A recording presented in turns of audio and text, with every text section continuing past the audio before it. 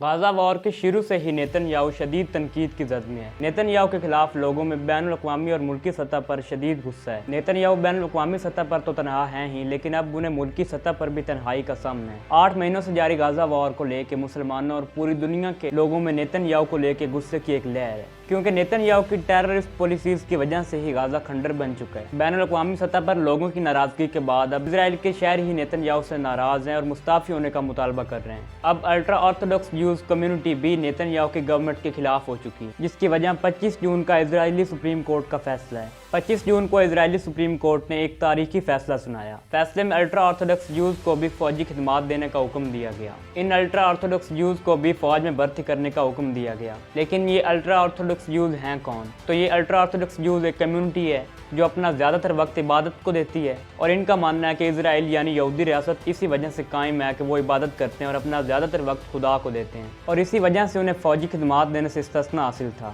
1948 میں جب اسرائیل بنا تھا تو اسرائیل کی پہلی پرائم منسٹر نے ہی ان الٹرا آرتھوڈاکس جیوز کو فوج میں بھرتی ہونے سے چھوٹ دی تھی۔ یوں تو اسرائیل کے ہر شہری جس کی عمر 18 یا 18 سال سے زیادہ ہو اسے فوجی تربیت دی جاتی ہے اور فوجی خدمات حاصل کی جاتی ہیں، لیکن ان الٹرا آرتھوڈاکس جیوز کو خاص چھوٹ دی گئی۔ اسرائیل میں ہر 100 میں سے 13 الٹرا آرتھوڈاکس یعنی کٹڑ یہودی ہیں، اور ان الٹرا آرتھوڈاکس جیوز کا نیتن یاہو کی مخالفت کرنا نیتن یاہو کے لیے بہت بڑی مشکلات کھڑی کر سکتا ہے، کیونکہ یہ الٹرا آرتھوڈاکس یعنی کٹڑ یہودی اسرائیل میں بڑی سیاسی اکثریت بھی رکھتے ہیں، اور اگر یہ الٹرا آرتھوڈاکس جیوز ناراض ہو گئے تو آخری دفعہ ہی پی ایم ہو سکتے ہیں Netanyahu. Netanyahu Gaza war میں بھی اب تک ناکام رہے، نہ تو یرغمالیوں کی رہائی کے لیے کوئی معاہدہ کیا جا سکا اور نہ ہی حماس کے ساتھ سیز فائر۔ اسرائیلی عوام اور ان آرتھوڈاکس جیوز کے مطابق انہوں نے 8 مہینوں تک اسرائیل کو جنگ میں جھونکا، اور اس کے ساتھ ساتھ ایران اور اس کی پراکسیز کو اسرائیل کے سخت خلاف کر دیا۔ اسرائیلی عام شہری کئی مہینوں سے احتجاج کر رہے ہیں کہ غازہ میں سیز فائر کیا جائے اور یرغمالیوں کی رہائی کے لیے کوششیں کی جائیں، لیکن نیتن یاہو مسلسل ناکام نظر آئے،